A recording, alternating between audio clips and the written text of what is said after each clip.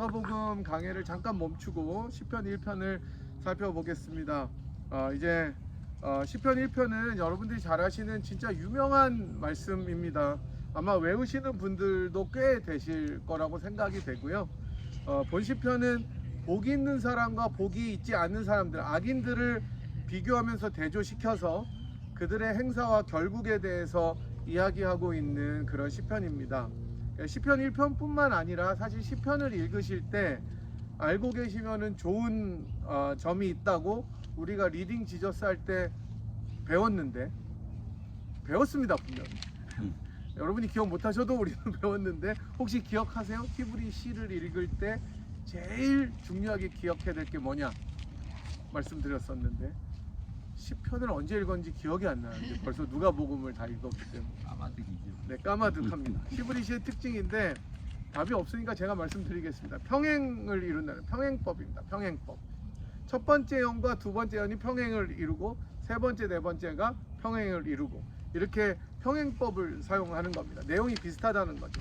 그래서 그 평행은 때로는 비슷한 걸 수도 있고 전혀 반대로 대조되는 것일 수도 있고 여러 평행법들이 있다 이렇게 저희들이 배웠습니다. 그래서 히브리 특별히 시편을 읽으실 때는 이런 평행법이 사용된다는 것을 알고 읽으시면 그 의미를 더 잘 알 수가 있습니다. 영어로 패럴렐리즘이라고 이야기를 합니다. 그래서 오늘 우리가 읽은 시편 1편은 크게 보면 1절부터 3절, 그 다음에 4절부터 6절까지가 대조를 이룹니다.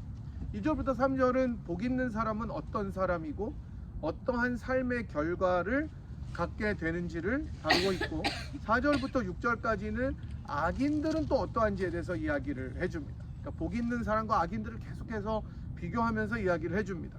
그런데 이거 평행법이 크게는 이렇게 두 개가 있는데 작게 보면 1절과 2절, 3절과 4절, 5절과 6절이 또 평행을 이룹니다. 이 히브리 사람들이 참 그런 면에서 잘 맞춰요. 이번에 우리나라 여러분 노벨 문학상 한강 진짜 대단하죠. 지금 20만 부가 50만 부가 팔려가지고 서점에 가면 하드카피를 못 구한대요. 우리나라 사람들 제가 한국에 갔더니 아무도 책을 안 읽고 핸드폰만 보고 있었는데 이게 좀 독서의 열풍이 불었으면 좋겠습니다. 우리나라도 운율을 맞추면 되게 좋잖아요. 사실은 아름다운 시인데 히브리는 진짜 특별히 이렇게 평행을 맞춥니다. 먼저 1절과 2절이 평행을 이루는데 여기는 복 있는 사람과 그렇지 않은 사람들을 대조합니다.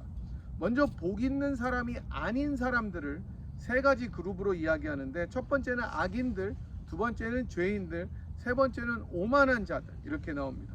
그런데 재밌는 거는 1절에서 이 사람들을 묘사하기 위해서 사용된 동사를 보면 점점점 강도가 세지는 것을 보게 됩니다. 처음에는 꾀를 따라가요. follow해요. 그 다음에는 곁에 서요.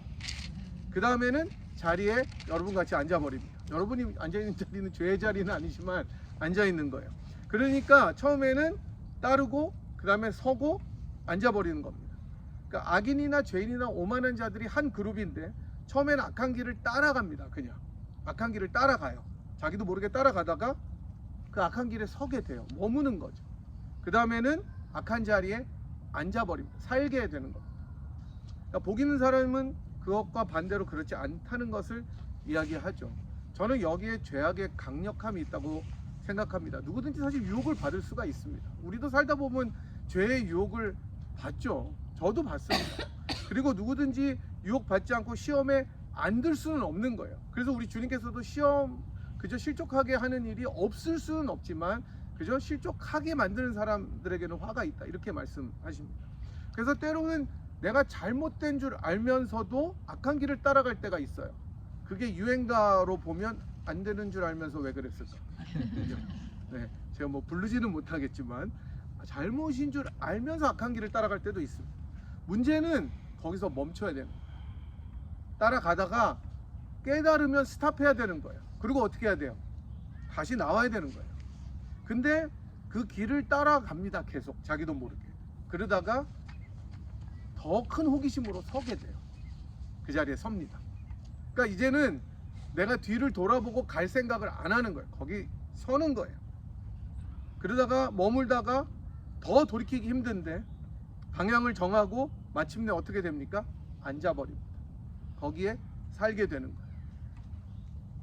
이제는 머무는 것이 아니라 거기가 내 처소가 돼버리는 겁니다. 그래서 다시 그 길을 벗어나려면 어떻게 해야 돼요? 반대의 행동을 해야 돼요. 다시 일어서야 돼요. 그리고 저쪽을 향해서 다시 가야 되는 거예요. 너무 귀찮고 힘들어요. 이미 앉았는데, 제가 만약에 지금 여러분 앉아 계셨는데, 자 이제 교제 차원에서 자리 다 한번 바꿔보겠습니다. 그럼 여러분 뭐라 그랬어? 오늘 목사님 왜 나 힘들게 하지? 오늘 왜 그럴 거 아니에요? 지금 여기서 옮기라 그러면 그만큼 힘든 거예요. 앉아버리면 힘든 거예요. 강도가 세지는 점강법을 사용하고 있습니다. 악한 곳으로 가는 거예요. 여러분, 아담과 하와의 죄가 정확히 이랬습니다.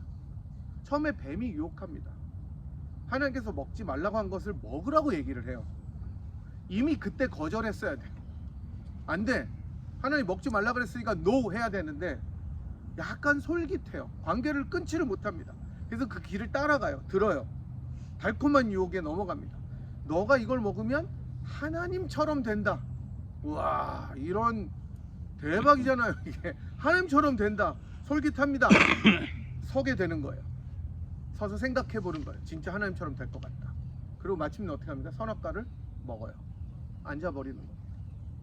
하지만 결국 어떻게 됩니까? 자기만 죄 가운데 거하는 것이 아니라 옆에 사람도 같이 끌어들여서 같이 망하는 겁니다. 죄악이 그렇습니다. 자기만 망하지 않고 주변을 망하게 하는 게 악인들의 죄악입니다. 이게 죄의 무서움입니다. 그래서 아예 처음부터 그 길을 따르지 말아야 되는 거예요. 근데 악인들을 보면 그 길을 따라가요. 따라가고 서고 앉고.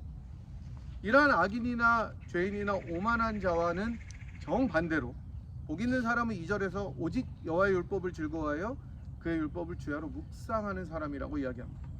여호와의 율법은 하나님께서 주신 율법 토라를 당시에 지칭하는데 1차적으로는 그렇습니다. 그 하나님의 말씀을 주야로 묵상하는 사람이 복이 있다고 이야기합니다. 구약에서 시편에서 하나님의 말씀은 이 율법 토라는 우리들에게 생명을 주는 것으로 묘사됩니다. 빛을 주고 모든 것에 지혜를 주는 것이 하나님의 율법입니다. 그래서 여러분이 잘 아시는 시편 119편 9절은 청년이 무엇으로 그 행실을 깨끗하게 하리까 주의 말씀만 지킬 따름입니다. 이렇게 이야기합니다. 그리고 더 잘하는 말씀 119편 105절은 주의 말씀은 내 발의 등이요 내 길의 빛입니다 라고 고백합니다. 주의 말씀을 들을 때 거룩하게 된다는 것, 거룩한 행실로 주님 앞에 서게 된다는 겁니다. 죄인의 길에 서지 않고 주님의 길에 서게 되는 것입니다. 주의 말씀을 읽고 지키는 사람들은 그 말씀이 자기의 길을 비추는 등불이 되기 때문에 정말로 갈 길을 밝히 보인다는 찬송가의 가사처럼 그 길을 잘 갈 수가 있습니다. 진정한 복이 이거라는 겁니다. 하나님의 법을 즐거워해서 율법을 묵상하는 것이라고 말합니다. 히브리어로 묵상한다는 말은 작은 소리로 읊조린다라는 말이라고 아마 여러분 성경 밑에도 나오는 데가 많이 있을 겁니다. 그냥 외우시면 됩니다. 이 묵상한다는 거는 그냥 작은 소리로 계속 읊조리는 것을 이야기합니다. 늘 기억하고 외우고 마음에 새기는 것입니다. 말씀을 가까이 한다는 겁니다. 하나님의 말씀을 마음 깊이 담아둬야 됩니다. 그냥 읽고 설교 한번 듣고 성경 잠깐 보고 마는 것이 아니라 정말 예수님의 어머니 마리아가 천사 약속을 들었을 때, 그래서 예수님을 다 낳고 그 목자들이 와서 경배하고 천사들이 말한 것을 들었을 때 마음에 새기어 생각했다고 이야기하는데, 그것처럼 마음에 담아두고 이 어린아이가 어떻게 진정한 메시아로 자라갈지 고민하고 이해하려고 했던 것처럼 주님의 말씀을 가지고 이해하려고 노력하고 묵상하고 생각하고 고민하고 내 말씀, 내 삶 속에 어떻게 적용할지를 계속해서 이해하려고 노력하는 것이 묵상입니다. 그냥 스쳐 지나가지 않고 마음에 깊이 담아두고 고민하고 그렇게 성경을 대하는 것입니다. 그리고 이어지는 3절과 4절에서는 복 있는 자와 악인들이 마침내 어떻게 될지를 대조합니다. 5절과 6절도 그렇습니다. 하나님의 율법을 사모하고 묵상하고 지키는 사람들은 3절에 나오듯이 큰 열매를 맺는데, 저희 3절 같이 한번 읽어보도록 하겠습니다. 3절 같이 한번 읽어볼까요? 시작. 그는 시냇가에 심은 나무가 철을 따라 열매를 맺으며 그 잎사귀가 마르지 아니함 같으니 그가 하는 모든 다 형통하리로다. 아멘. 여러분, 나무는 수분이 필요합니다. 이런 나무들이 여러분 그냥 비가 하나도 안 오면 어떻게 되겠습니까? 다 죽어버립니다. 그죠? 근데 이게 몇천 년, 뭐 몇천 년은 모르겠고 하여튼 몇백 년 동안, 몇십 년 동안 자라게 된 거는 알맞은 수분이 있었기 때문에 자라는 겁니다. 저나 저희 집사람이 잘 안 되는 일 중에 하나가 식물을 키우는 일입니다. 웬만하면 죽어요. 그러니까 웬만하면 살아야 되는데 웬만하면 죽어요. 그래서 될 수 있으면 손을 안 대고 있는데 잘 안 되더라고요. 그러니까 아마 나무를 키우라 그러면 더 안 될 것 같아요. 큰일 날 것 같아요. 네. 진짜 그 안 되는 사람이 있는 거예요? 아니면은 기술이 부족한 거예요? 여러분이 뭐 대답을 못 하실 줄 압니다만은 사실 오늘 이 주변 나무들도 그렇지 않습니까? 비가 적당히 오고 수분이 있어야 자랍니다. 그래서 좋은 땅에서 잘 자라는 거예요. 수분이 있는 땅에. 흥미로운 사실은 이 구약에서 이러한 물이나 수분은 하나님의 율법을 상징하는 표현입니다. 그래서 많은 경우에 구약의 백성들은 이 토라를 연관시킬 때 물과 수분, 강 이런 걸로 연결을 시킵니다. 그래서 에스겔에 보면 에스겔이 마지막에 환상을 다 보고 성전을 투어하는 장면이 나옵니다. 40에서 48장 사이에 생명의 강이 나오는데 1차적으로 그 생명의 강은 토라를 상징합니다. 왜냐하면 하나님의 말씀이 강처럼 흘러서 생명을 준다고 생각하기 때문이었습니다. 그래서 이 토라를 상징하는 물은 생명과 연관이 되고 하나님의 율법은 생명을 가져다주는 공급원이 됩니다. 그래서 우리 주님께서 신약에서 목마른 자들은 누구든지 내게 와서 마시라고 하시면서 내가 생명수다라는 것을 말씀하신 것은 예수님께서 토라보다 더 큰 생명을 주시는 분이시다라는 영원한 물이 되신다는 것을 말씀하십니다.